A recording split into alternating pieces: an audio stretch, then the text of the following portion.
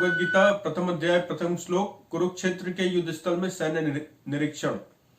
धृतराष्ट्र उवाच धर्म क्षेत्रे कुरुक्षेत्रे समवेतायुत्सवः मामका पांडवश्चैव किं कुर्वत संजय।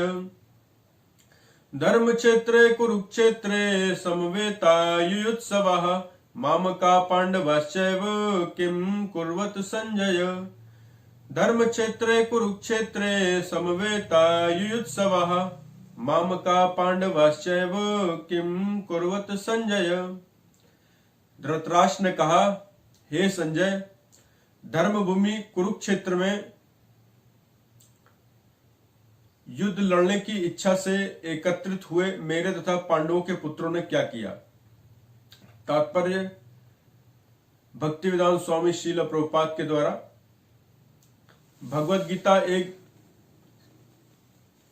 संपूर्ण विश्व में पढ़ा जाने वाला बहुपठित विज्ञान है तथा इसका उल्लेख गीता महात्म्य में दिया गया है।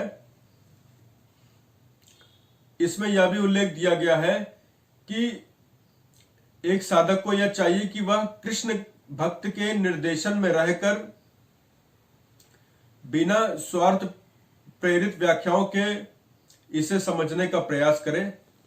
इसका उदाहरण खुद भगवद गीता में दिया गया है। जिस तरह अर्जुन ने भगवान कृष्ण से स्वार्थ प्रेरित व्याख्याओं के बिना शरणागत होकर भगवद गीता को पूरी तरह समझा,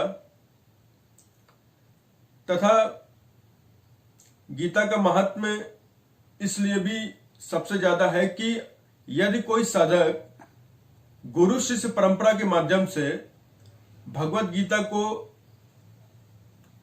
समझने का अवसर प्राप्त कर पाता है तो वह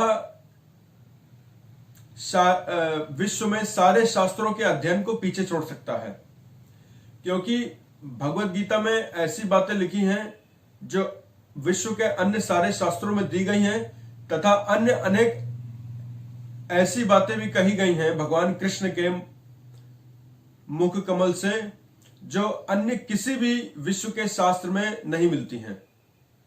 तथा यह विज्ञान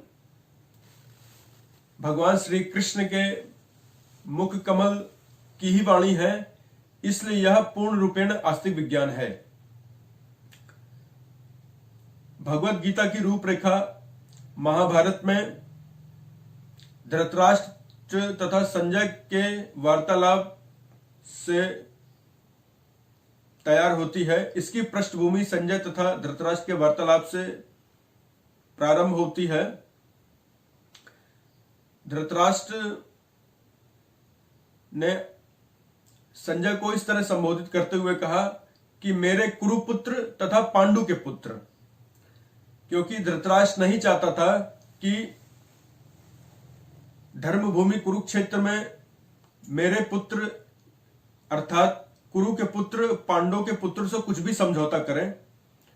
धृतराष्ट्र यह चाहता था कि इस युद्ध में एक निर्णायक जीत मिलनी चाहिए, परंतु भगवान कृष्ण ने युद्ध स्थल को कुरुक्षेत्र चुना था। अतः वह यह भी जानता था कि पांडु के पुत्र पुण्यात्माएं हैं तथा कुरुक्षेत्र जैसे धर्म स्थल का उनकी मानसिकता पर बहुत अच्छा प्रभाव पड़ेगा।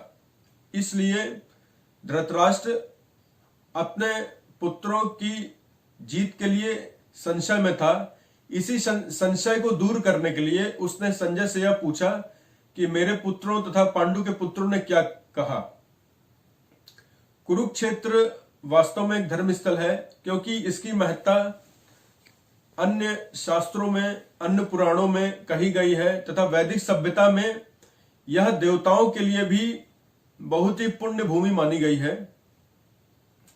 तथा इस युद्ध स्थल में धर्म की स्थापना के लिए जहां भगवान कृष्ण खुद ही उपस्थित हुए हैं, तो ऐसी आशा की जाती है कि धर्म का स्थापना किया जा सके तथा अधर्म का समूल विनाश किया जा सके।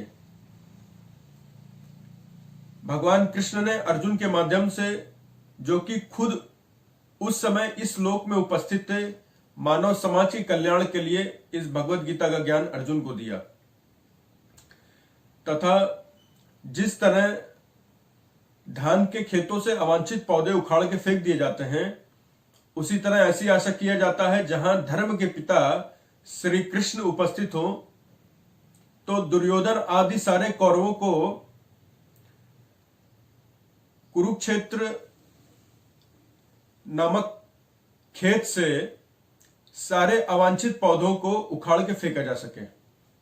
इसीलिए कुरुक्षेत्र की ऐतिहासिक दृष्टि से तथा वैदिक दृष्टि, दोनों दृष्टि से इसकी महत्ता साबित होती है।